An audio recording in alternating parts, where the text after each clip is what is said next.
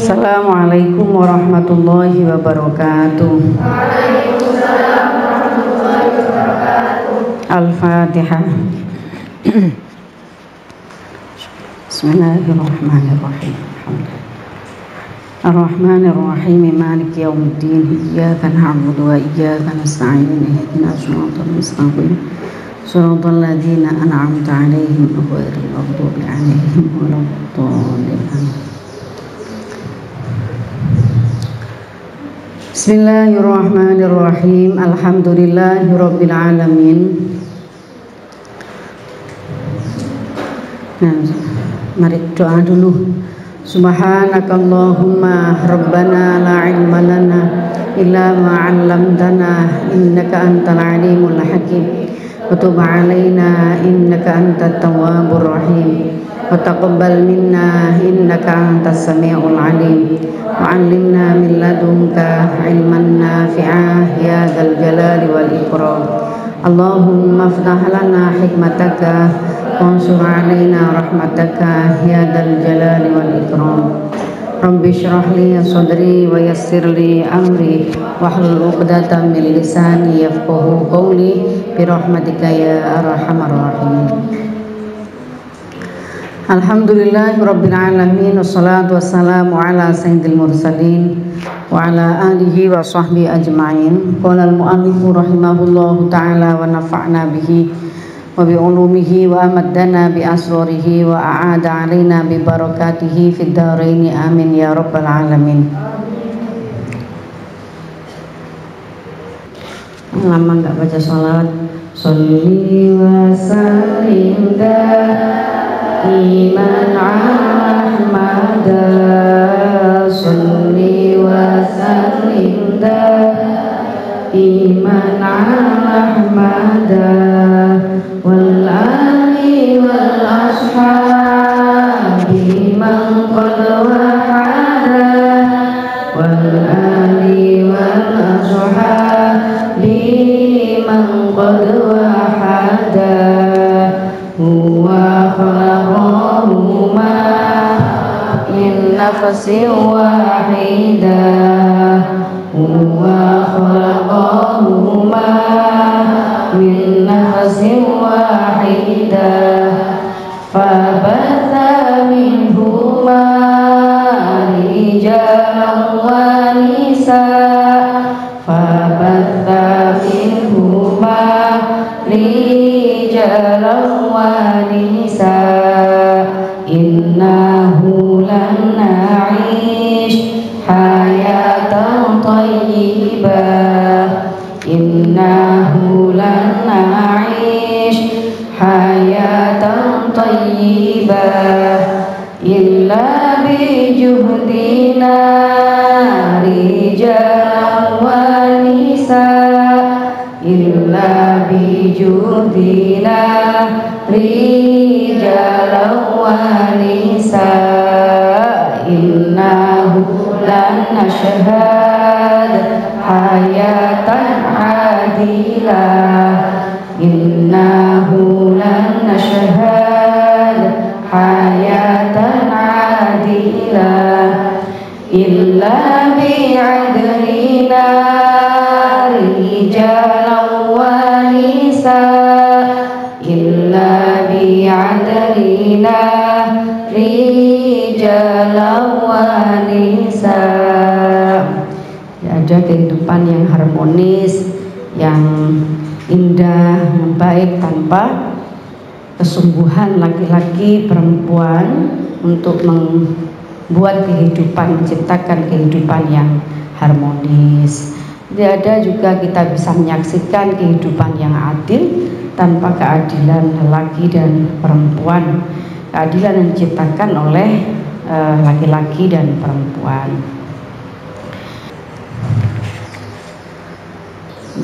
Bismillahirrahmanirrahim. Musyarakatun nisa fi adai fardul jihadi. Di awal-awal masa-masa awal Islam itu kan masih banyak peperangan ya. Umat Islam masih sering diserang atau diperangi oleh kaum-kaum musyrik. Di masa-masa itu juga ada beberapa sahabat perempuan yang ikut terlibat, terjun langsung di peperangan. Itu ada. Karena di awal-awal Islam memang situasinya masih sulit, masih berat. Orang-orang musyrik itu gak terima dengan kehadiran Islam, maka mereka suka memerangi Islam, kaum muslimin. Jadi bukan Muslim, bukan Islam yang mendahului peperangan, tapi selalu didahului oleh kaum musyrik. Dilayani oleh Islam karena untuk menegakkan ajaran atau menegakkan Islam. Tapi saiki wong situasi ini kondusif, sudah banyak orang yang tenang beribadah. Ujug-ujug ngejak perang iku lho, piye maksudnya? Pahlawan kesiangan namanya. Pahlawan kesiangan, ajak perang, situasi kondusif kok ajak perang. Beda dulu di zaman Rasulullah, diperangi terus sama kaum musyrik. Mereka berusaha agar Islam itu tidak tumbuh, tidak tersyiarkan. Terus perang, ngejak perang, merangi terus, beda. Situasinya beda. Sekarang sudah tenang situasinya. Kok isi ngejak perang itu? Pahlawan kesiangan. Nah, perempuan di masa itu juga ada yang terjun di medan peperangan. Rubai binti Muawid, yang binti Muawidin radhiyallahu an qalat matur atau ngendika sapa Rubai binti Muawid. Ini perempuan ya, Rubai binti Muawid radhiyallahu anha qalat kunna naghzu ma'a Rasulillah sallallahu alaihi wasallam nasqi al-qauma wa nakhdumuhum wa naruddu al-qatla wal jarha ilal Madinah. Gila, kita masuk bersama Rasulullah, terjun bersama Rasulullah di medan peperangan. Kita membantu, bertugas di merawat para tentara itu, melayani makanannya, minumannya, kemudian merawat yang terluka, membawa kembali mereka-mereka yang terbunuh. Jadi termasuk terlibat. Terlibat itu tidak selalu menjadi tentaranya, meskipun ya ada yang perempuan yang pernah ada satu perempuan yang sahabat perempuan yang menerobos barisan tentara lawan adu karena mendengar Rasulullah itu terbunuh di medan peperangan. Lalu berita itu, ada berita hoax Rasulullah itu terbunuh di medan peperangan. Ada perempuan, salah satu sahabat lari menerobos ke tengah-tengah musuh mencari Rasulullah, dan dia lalu melindungi Rasulullah dari senjata-senjatanya musuh, dan tubuhnya itu banyak terluka, anak panah, pedang, ya karena dia melindungi Rasulullah. Apa ya? Ya emang ada perempuan yang seperti ini, dan itu tidak dilarang oleh agama. Meskipun ada ibadah-ibadah yang lain, dalam hadis-hadis yang lain itu ada juga keterangan tentang ibadah perempuan yang menyamai orang-orang yang berperang, orang-orang yang jihad. Tapi di satu sisi itu, kalau mereka kemudian terjun ke medan peperangan, itu juga tidak dilarang oleh Islam. Anak-anak radhiyallahu anha di mana? Kuna ono sapa kita kuna zu perang kita ma'a Rasulullah sallallahu alaihi wasallam. Naski ngombeni kita al-qauma ing kaum wa nakhdumulan ngladeni kita hum ing kaum. Wa narudulan go balik sapa kita al-qatla ing wong kang terbunuh, ing wong kang den pateni. Wal jarha lan wong kang terluka. Go balik ilal Madinah, marang Madinah. Ruang ratakan hadis sapa Al-Bukhari Imam Bukhari. Iki podo iki palanya juga jihad, karena mereka juga berisiko terbunuh.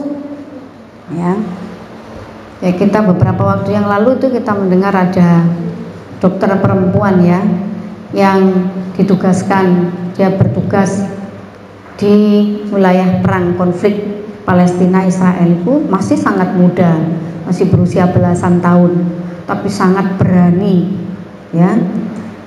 Dia menawarkan diri untuk menjadi relawan dokter di wilayah konflik di jalur Gaza, di wilayah konflik Palestina. Lalu dia terbunuh, ya syahid kan, ya syahid. Jadi syahid itu tidak semata-mata syahid di medan perang, itu tidak semata-mata wilayahnya orang laki-laki gitu. Walaupun tidak menjadi tentara, tapi dia menjadi relawan dokter di situ, relawan orang-orang yang menyediakan makanan, terus merawat orang-orang yang terluka. Itu karena masih di wilayah konflik, ya, di wilayah perang, itu ya mereka sangat mungkin terluka, sangat mungkin juga terbunuh. Nah, kalau sampai terbunuh ya sama, ya syahid juga. Tidak, gak tadi tentara kok, cuma tadi pelayan di gini, mana di wilayah perang, ya nggak syahid. Siapa yang bilang begitu? Terlibat di di area peperangan yang itu berisiko terbunuh. Kalau terbunuh ya syahid. Ini melayani juga orang-orang yang berperang, dan itu juga risikonya nyawa mereka. Ini anak Anas radhiyallahu anha Ummu Sulaim, saat temen Ummu Sulaim ku ittafadat ngalap utawa nggawa sapa Ummu Sulaim yaumah Hunainin ing dalem dinane perang Hunain, khonjaron ing belati. Fakana mongko ana iku mahasatani Ummu Sulaim faraa mongko ana apa khonjar iku mahasatani Ummu Sulaim faraa mongko ningali sapa Abu Talhata ha ing Ummu Sulaim. Faqala nuli matur sapa Abu Talha, ya Rasulullah, hadhihi utawi iki wadon Ummu Sulaimin rupan Ummu Sulaim, ma'aha iku sartane Ummu Sulaim khanjarun utawi khanjar. Faqala nuli tanglet laha marang takon laha marang Ummu Sulaim sapa Rasulullah sallallahu alaihi wasallam. Qalat matur sapa Ummu Sulaim, ittaqaltu ngalap sapa ingsun hu ing khanjar indana lamun marek mendekat mini marang ingsun sapa ahadun wong minal musyrikina saking pira-pira musyrik. Bakortu mongko nyuwek sapa ingsun bihi kelawan khanjar batnahu ing wetenge ahad.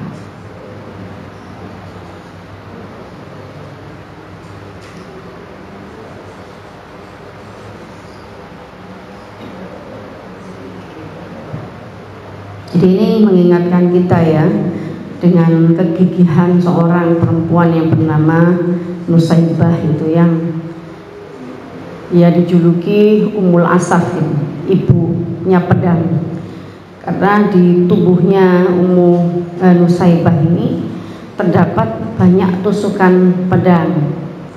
Nah, di satu peperangan dikabarkan Rasulullah SAW iku meninggal, kalah, ya, umat Islam kalah di peperangan itu, dikabarkan seperti itu. Lalu sahabat Nusaibah ini perempuan langsung saja lari ke medan perang mencari, jadi membelah barisan orang-orang yang sedang berperang lalu mencari Rasulullah.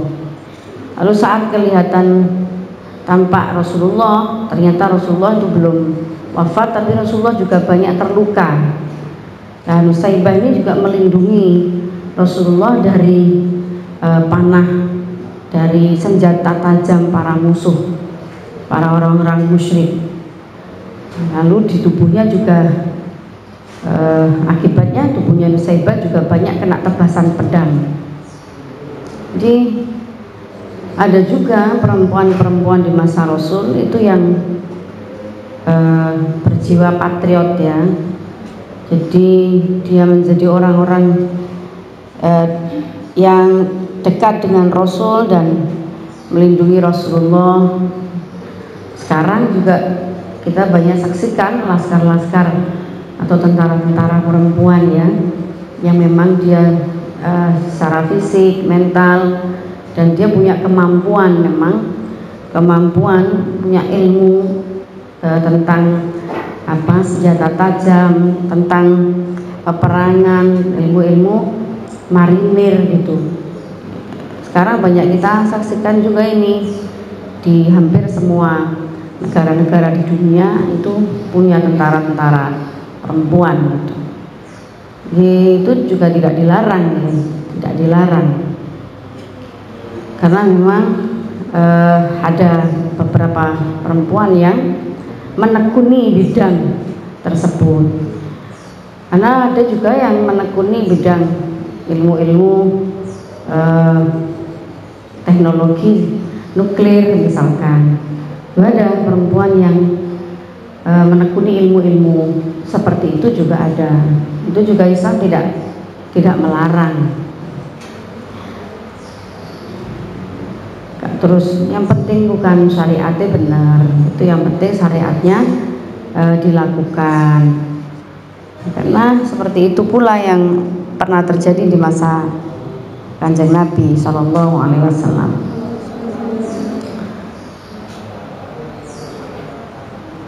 Ada yang seperti itu. Meskipun mayoritas misalnya tidak gitu, ya tidak apa-apa. Yang tidak juga tidak apa-apa.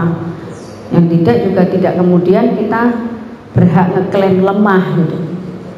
Jadi lemah itu kuat atau lemah itu bukan soal fisik ya. Jadi perempuan yang menguasai bidang atau disiplin ilmu tertentu, alim, pinter, seperti di bidang ilmu pengetahuan itu ada Sayyidah Aisyah. Semua mengaku ya, dapat ribuan hadis itu riwayatnya Sayyidah Aisyah. Jadi kuat, ini perempuan kuat juga, kuat dari sisi ilmu. Sayyidah Khadijah perempuan kuat. Kalau dibilang iman semua kuat imannya semua, karena ini perempuan-perempuan yang pertama kali masuk Islam. Awal-awal perempuan yang masuk Islam ya seperti Sayyidah Khadijah ini dari golongan wanita yang pertama kali masuk Islam, itu Sayyidah Khadijah. Kuat juga Sayyidah Khadijah, tidak selalu kuat itu berkonotasi otot ya, fisik. Sayyidah Khadijah itu secara ekonomi sangat kuat, perempuan paling kaya di zaman itu, saudagar perempuan yang paling sukses di zaman Rasulullah Shallallahu Alaihi Wasallam. Kuat ekonominya dan tidak dilarang dalam Islam. Jadi dia kemudian ada di profesi apa, menekuni bidang apa, lalu dia ahli di bidang itu, kuat di bidang itu bagus, tidak apa-apa, selama tidak bertentangan dengan syariatnya, itu bagus. Apa yang pekerjaan yang dia lakukan itu selama tidak menentang syariat tidak ada masalah. Jadi ada banyak perempuan-perempuan kuat gitu ya di sekitar Rasulullah, dan hari ini juga banyak kita saksikan ada banyak perempuan-perempuan hebat di sekitar kita, di lingkungan kita, di negara kita, atau bahkan bisa kita saksikan di seluruh belahan dunia. Itu mereka mendapatkan tempat juga yang lebih baik, derajat yang lebih baik di sisi manusia yang lain gitu ya, karena kelebihan-kelebihan yang mereka miliki. Kita juga wajib memberikan apresiasi kepada beliau-beliau atau kepada perempuan-perempuan yang kuat-kuat seperti ini ya, kuat ekonominya, kuat ilmunya, kuat ya, dia alim, itu tidak kemudian memandang laki-laki atau perempuan, siapapun berhak menekuni bidangnya masing-masing dan menjadi ahli di bidangnya masing-masing. An Umar bin Khattab radhiyallahu an karena yatahaddatsu, akan sekarang banyak kita saksikan ya, kepala-kepala sekolah itu banyak perempuannya sekarang itu banyak kepala sekolah itu perempuan sekarang itu di Indonesia bahkan. Memang dia punya kekuatan kelembutan, perempuan itu punya kekuatan kelembutan, lemah lembut, punya kekuatan kasih sayang ya, Jadi kalau disebut sebagai makhluk penuh emosi gitu, asal bisa mengelola emosi dengan baik, itu akan menjadi energi yang positif. Nah, misal emosi kasih sayang, punya kelebihan emosi itu namanya, tapi bisa mengelola emosi itu dengan baik. Makanya telaten ngeramut anak, ya rata-rata kan begitu. Ngomong anak itu lebih telaten, dimegang hal-hal sing yang detil-detil, yang lebih rumit, butuh dikelola dengan lebih rumit, itu biasanya lebih telaten. Jadi jangan dilihat makhluk emosi, gampang emosian perempuan. Ini pandangan yang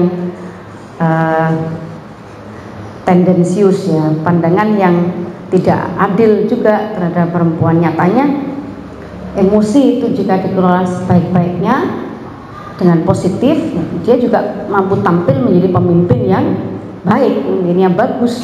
Dan itu kita saksikan banyak lembaga-lembaga besar itu pemimpinnya perempuan, lembaga pendidikan khususnya, karena sudah terbiasa memimpin anak-anaknya, membina anak-anaknya di rumah, mengelola, memanage kehidupan di dalam rumah dengan baik, sehingga kemudian saat bekerja atau beribadah, anfak di luar rumah itu bisa juga mengelola dengan memanage dengan baik. Nah, ini bukti bahwa emosi-emosi itu bisa di-manage dengan baik sehingga menjadi energi yang positif bagi perempuan untuk sama-sama maju. An Umar bin Khattab radhiyallahu anhu kana yatahaddatsu an Ummi Ammarah Nusaybata binti Ka'bin. Cerita-cerita sapa Umar an Ummi Ammarah Nusaybata binti Ka'bin, Nusaybah bin Ka'ab. Sami itu birang sapa ingsun Rasulullah sallallahu alaihi wasallam iku yaqulu ngendika sapa Nabi yauma Uhudin dalam perang Uhud.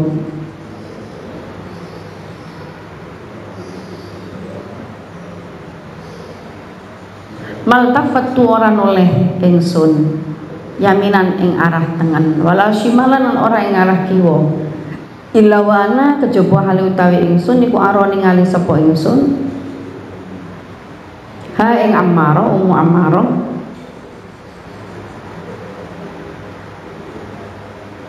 utakotala perang sapa Ummu Ammarah duni krono arai nglindungi ingsun. Akhraja atau akin hadis sapa Ibnu Sa'ad. Nah, iki dawuh Nabi ya.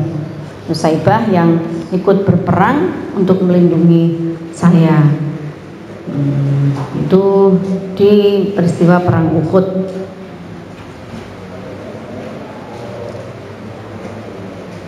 Jadi kita itu tidak pernah tahu di bumi mana Allah mentakdir kita itu berada, di bumi mana Allah mentakdir kemudian kita itu berperan memberikan manfaat kepada umatnya. Itu kita tidak pernah tahu sebelumnya. Kalau kemudian kita menerjuni satu bidang tertentu yang itu misalkan tidak diterjuni oleh banyak perempuan, ya itu nopo-nopo, termasuk semangat juangnya Nusaybah ini yang karena kecintaannya kepada baginda Rasulullah SAW udah nggak mikir nyawanya sendiri, nggak mikir nyawanya. Nyawa Rasulullah lebih berharga bagi saya. Menurut Nusaybah begitu, nyawa Rasul lebih berharga. Rasul tidak boleh terbunuh di medan perang. Dia nggak mikir nyawanya sendiri. Ini perempuan-perempuan yang kita patut teladani semangatnya di dalam berjuang ya. Jadi orang-orang sukses atau perempuan yang sukses dalam bahasa kita sekarang itu sukses. Itu ya orang-orang yang tidak banyak waktu memikirkan dirinya sendiri. Yang selalu ada dalam pikirannya itu justru perjuangan, terus kebermanfaatan untuk lebih banyak orang.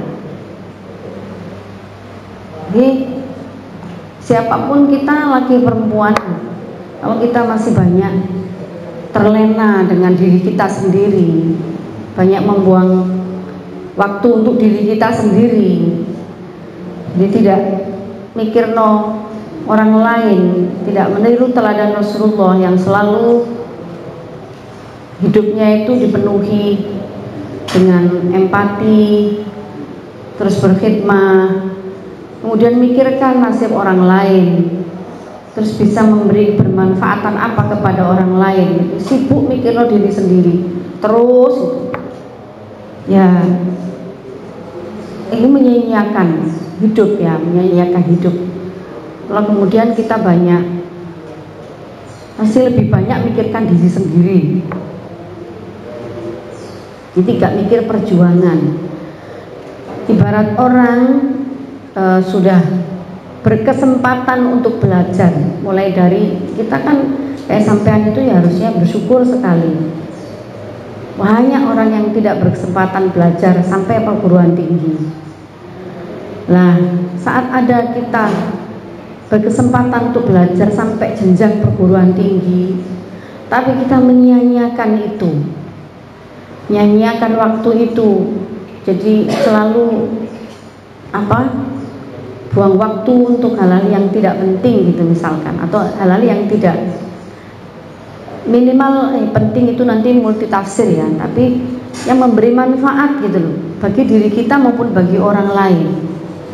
Ini kan sebenarnya kita sedang mendolimi diri sendiri, sebab banyak orang yang menginginkan posisi seperti kita, posisi seperti kalian yang berkesempatan mendapatkan ilmu sampai jenjang ini, tapi tidak ada rezekinya, tidak ada kesempatannya, tidak ada misalkan. Nah, sementara kita yang ada menyia-nyiakan itu. Ini jangan disalahkan siapapun, atau kamu justru memang saya perempuan ya nggak bisa, kesempatan itu ada dan kita ditakdir mendapatkan kesempatan itu, tapi kita menyia-nyiakan dengan tidak bersungguh-sungguh ya, memanfaatkan waktu yang ada, lalu menebar kemanfaatan. Yang paling penting dalam hidup itu adalah menebar kemanfaatan pada orang lain. Yanfa'u linnas, yang paling penting di situ. Bisa bantu apa pada orang lain, bisa bantu ilmunya, kalau punya kemampuan lebih dalam memahami satu disiplin ilmu, menggunakan sebagian waktu untuk bantu kawannya yang lain. Saya dulu itu karena kuliah di perguruan tinggi negeri dan jurusan yang saya ambil itu jurusan yang memang tujuan mahasiswa tersebut spesifikasi ya, memang milihiku atau juga dua golongan yang masuk di jurusan saya itu. Jadi bahasa dan sastra Arab itu kan khusus ya, jadi ya memang milih itu. Jadi orang-orang memang kepingin milih jurusan itu. Yang kedua jurusan buangan, jadi yang tidak diterima di jurusan-jurusan kayak tarbiyah gitu, syariah nah, jurusan gampang banyak peminatnya gitu, akhirnya yang nggak keterima di situ masuk di jurusan saya.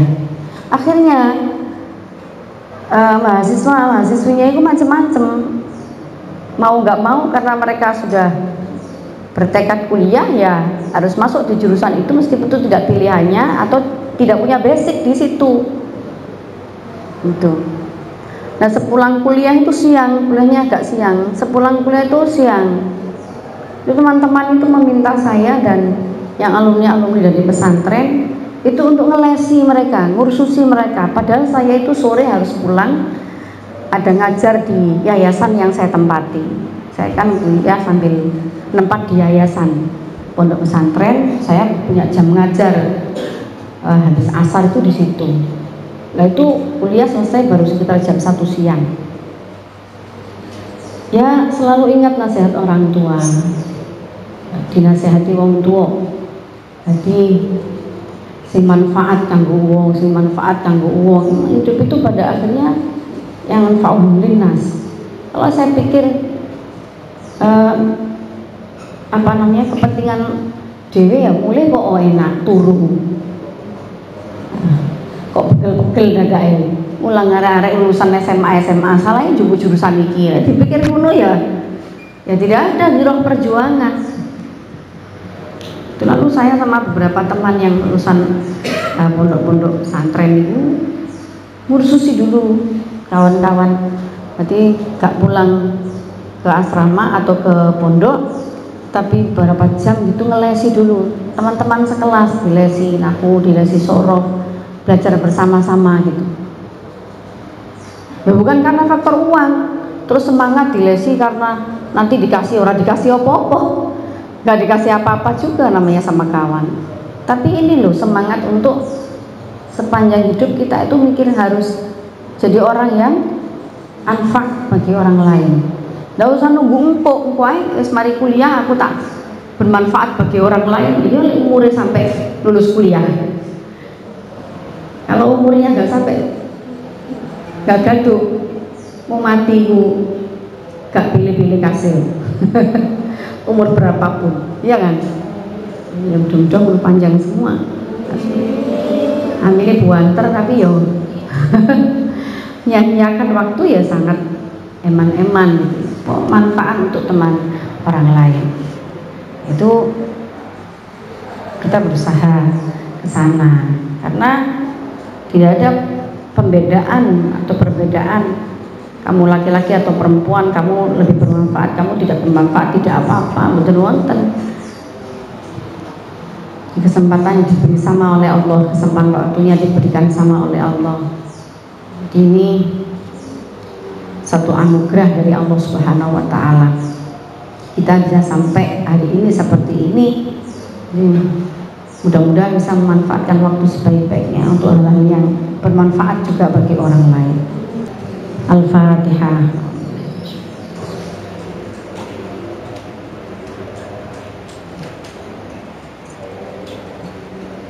Bismillahirrahmanirrahim. Allahumma salli ala sayyidina Muhammad wa ala ali sayyidina Muhammad. Allahumma inni astaudiuka ma 'allamtani faruddu ilayya 'inda hajati ilayhi wa la tunsini ya rabbal alamin. Allahumma inni astaudiuka ma 'allamtani faruddu ilayya 'inda hajati ilayhi wa la tunsini ya rabbal alamin. Allahumma inni astaudiuka ma 'allamtani faruddu ilayya 'inda hajati ilayhi wa la tunsini ya rabbal alamin. Assalamualaikum warahmatullahi wabarakatuh.